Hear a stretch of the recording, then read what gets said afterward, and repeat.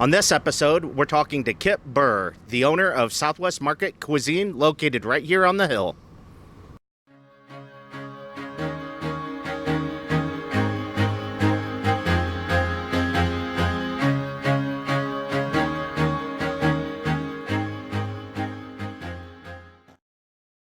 Welcome to episode 8 of the Bob Wall Show. Today I'm with Kip from Southwest Market Cuisine. Yes, sir. Kip, thank you so much for agreeing to do this. It's our pleasure. Thank you. So I've been coming in here. You have a lot of long-time customers. I'm probably kind of a mid-time customer. How many years?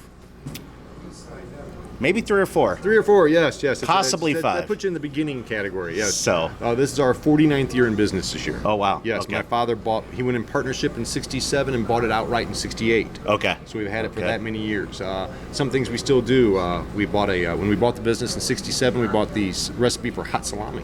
Okay. And my dad made the salami for 20 years. I made the salami for 24 years. My son's been making it for 5 years now. So it's a passed on from generation to generation type of thing. Okay. I think last week he made 360 pounds of hot salami. So wow. Yeah, it's job security for him. Yes. A lot of salami. Now I'm going to have to try the hot salami. That's the one sandwich I haven't there you go. tried yet. Yes. I'm the type of person though. I'm a creature of habit. Oh, you like your turkey club. You like your go-to sandwich. I do the Italian special. Yes. I've had some customers come in, they get the poor boy every time for 30 years. Yeah. And they keep saying, oh, well, next time I'll try the turkey club or I'll try a roast beef sandwich. And they come in, they go, and I say, oh, did you try something new? And they get to the register, they go, no, I got the poor boy. Right. Because they know it's good. They know exactly what it is, and right. That's just what they wanted. right. No, it's good stuff. Yes. I've also tried the meatball sub. There we go. In fact, I think I got that the first time I was here. Yes. And then I knew I'd get stuck on the meatball sub because I can't break away from things. So I'm like, I can try the Italian special. And someone recommended it. And we hooked you. And then I never went back to the meatball sub. Yes. My mom got a hot ham and cheese one time. I did. Come on through, Mick. How you doing, sir? My mom bought a hot ham and cheese, and I tried that. It was outstanding. They did the garlic butter with the cheese, and that makes it a win-win scenario. Really good, good stuff. What type? You do a lot. Most of your marketing is pretty much word of mouth. Yes. Our biggest advertising tool we use now is our cookie. Now, when I say our cookie, I mean not the computer kind. I mean the kind you give out, the kind you bake. Anyone who dines in gets a complimentary cookie with their meal. We've been doing that for, since the early mid-'80s. Right. So it was when we transformed from a grocery store into a full sit-down deli. Okay. We took out the grocery shelves. In the first month, our clientele were so used to leaving, nobody would sit down. And I was like, Dad, this doesn't look good. What are we going to do? So we started giving out cookies, and that caught on. Within a couple of days, there were people waiting for one of the tables to open up. Wow! Like, we need more tables now. So how long have you been giving away the free cookies? I want to say at least 27 years now. Wow! Okay. Yeah. So a couple of years. I get most of my stuff to go. Yes. So that's why. I have stayed a few times, gotten the free cookie. Yes.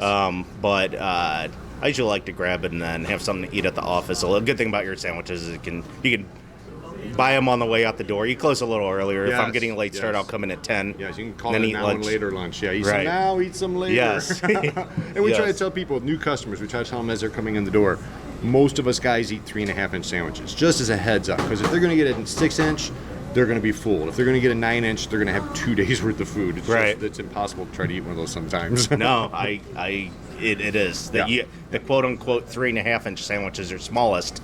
And there are times where I just have to cut that in half. Right. And that's all I pretend to eat, and then an hour later I'm finishing the other half. But technically the 3.5 is pretty darn big, though. The 9-inch meatball has just under 2 pounds of hamburger on it. So that's when I tell people that, they're like, really? I'm like, yeah, be ready for that.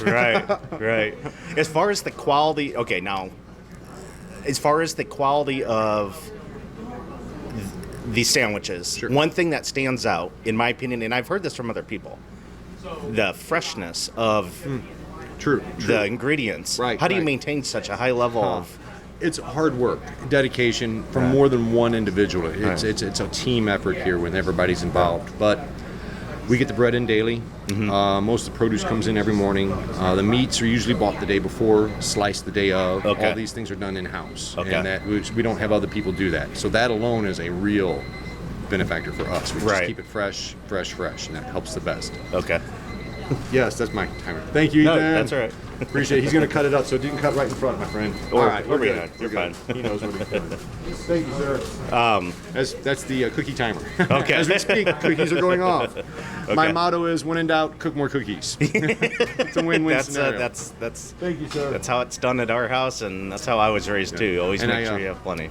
The people, the tellers at the bank are very appreciative of our business because all the leftover cookies go to the tellers at the end of the night. Okay. So Yeah, that's my first good. name's Kip, and they call it Kip okay. o'clock. They're like, That oh, makes it's Kip o'clock, he's here. So I give out the cookies at the end of the night. Right.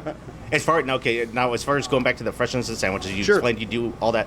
One thing I noticed, I come here and order a sandwich the other day. The guy's even cutting the onions. Oh fresh. yeah. Every morning So- we try to. Every other day we try to cut the onions. Every other day we do the tomatoes. One of the guys is back in the back now cutting tomatoes today for tomorrow morning. Okay. We got a couple of big sandwiches going out. So that's the fresher the better. Yes. Another big thing that I think a lot of people like, the amount of choices you have between the drinks. Yes. You have some nice dessert options. The amount of your side dishes, you got anything Sure. from fresh fruit, Yes. cottage cheese, pasta salad, and you have a massive chip selection. Yes, we do. There's goes something back- for everyone here. That goes back to the old grocery store days. When Okay. we were an old-fashioned grocery store, we had all these items in stock. Okay. And we've just added to it over the years. Of course, we've subtracted some things. We don't move as much head cheese or hot head cheese as the old days. So Right. we've kind of dropped those off the menu and such. But we've had to change and evolve as the industry has also. Desserts, are those made in house or do you? No, the cookies are all done Everything in-house. else is pretty much made in house. Yes. The pasta desserts, salads, all yeah. that stuff. The Okay. desserts we're getting out of Kansas City, Kansas, a place called Golden Boy Pies. Okay. And they do really high-end desserts. Okay. And I found if somebody else can make something better than I can, I agree. sell their product. And I that's, agree. Oh, it's just like we carry Volpe's hard salami. And Right. there's the Zietz's, and they're all done locally. And you just can't get better product than those guys. The reason why I'm mentioning the desserts I'm a cake fanatic. Your chocolate cake yes. is ridiculous. It is uber It's good. ridiculous. I buy one. At this point, I buy a slice every time I come. I have the lunch, Yes. and then the cakes for Fresh one's coming in cakes for tomorrow dessert morning. later on. We got a fresh one coming in So, tomorrow morning. My kryptonite here is the carrot cake. Okay. I have no Okay. willpower, and it's the type of the icing's got like a Philly cream cheese base, and it just kind of gives you a shiver. It's so sweet. Right. It is really good stuff. Yeah. So yes, a little of that icing on a oatmeal raisin cookie makes it a whole new cookie. Yeah. Not that I would know, but I would know. Well, that's great. As far as your hours go, Yes. when are you guys open? My goal is to get some people in here. I hear Right. I hear a lot of people talking about the Hill does have some really good lunch places, but I think more people need to know about this place. True. So Now, we open Monday through Friday. We're open from 10 a.m. till 3:30 p.m. okay, Saturdays 11 to 4. Now the Okay. reason this is we've always done lunch. Lunch is Right. our niche. It's the thing we do Right. best. Right. And we found that over the years, if you're coming on the Hill after 4 o'clock in the afternoon, you aren't coming for a sit-down deli. You're coming for a sit-down restaurant dinner. You're coming for pastas And and you can that sort throw of a thing. rock and hit some of the very finest restaurants in the world Right. from my front porch. Right. So I look at it this way. I'm not their competitor. Right. I feed a lot of their busboys and waiters. Right. Right before we close. And then we shut down and go home. Right. Somebody wants to ask me, why do you close so early? And I said, because we can. right. That's our niche. Do lunch, go home. Now, a lot Right. of people think, oh, you work banker's hours. Well, unfortunately, the flip side to that is making sure we have the freshest product. I'm always out. I was at 7 o'clock this morning hunting down produce. I was out. I'll be out 8 o'clock tonight hunting down more produce, Right. meats and cheeses. So it's a never-ending job to try to keep fresh product coming in. And that's where the real dedication comes in, I think. One thing I noticed most of the time is if there's a lunch place that's only open for lunch, they're probably pretty good because they have to be. Right. And there's some places around here that I've been to that are just open for dinner. Right. They're So, really good. then Those that's- places, that's they, it. they have to be. Yeah. So if you're going to put that kind of claim to fame to it, Right. you better back it up. Right, And that's right. the truth too. If like I've told my father, if I'm going to charge $7 for a sandwich, I'm going to give a $7 sandwich. Right. And if you don't, Right. they'll remember. So yeah, no, that's for sure. That's the for sure. best- That's why I come back. So the best advertising is a satisfied customer. My Yes. dad told me years ago, a satisfied customer will tell 10 people. A dissatisfied customer will tell 20. right. So that's true. Yeah. And I've looked at it over the years. I can have 1,000 chances to impress you, but I normally only get one chance to disappoint you. And that's the one I don't want. I know, That's the time I want to grab you and say, no, let us fix that. I've never had anything that needed to be fixed here. Right. So and usually it's just a little thing. Oh, I wanted pepper cheese instead of Provel, or just a simple fix. Or like somebody sent out a turkey club without the bacon. Well, put some bacon on it. Right. So we chased them down and gave them their bacon. All right. But it's always just a matter of making sure there's a happy medium. The customers are happy with the product. We're happy with the service that they got. So it has to be a 50-50 all the way around. And that's, luckily, I've got the greatest working staff ever. I mean, we've got the best group of kids. Usually when we hire somebody, they work for us 6 to 8 years. And then they get their degrees. I recognize a lot of the faces. Yes. Every time I come in. I'll lose 2 this year because they got their degrees. Okay. Which is a great thing for That's a great them. thing. They're going on to their preferred careers. Right. Kind of a bummer for us because then we have to It's hard to find good them. replacements, but you guys have always had pretty good service here. Yeah, I think our biggest challenge is because our menu is so diverse and there are so many unique ways that we do things that other people just don't do them our way. Right. It's a matter of training. Because if somebody's worked for somebody else, the first thing I tell them is forget everything you ever learned, because now you're going to learn our way of doing it. Right. There's always a different way of doing it. Sometimes no experience is a good thing. Yes. There's no habits. Yes. There's no bad habits. Give me a blank Clean slate, and we'll start from scratch. Yes. Well, I really do appreciate you taking the time. Oh, Bob, you to know talk it. to us. Yes, So, this has been Kip from Southwest Market Cuisine. I suggest you guys come give it a try. Yes.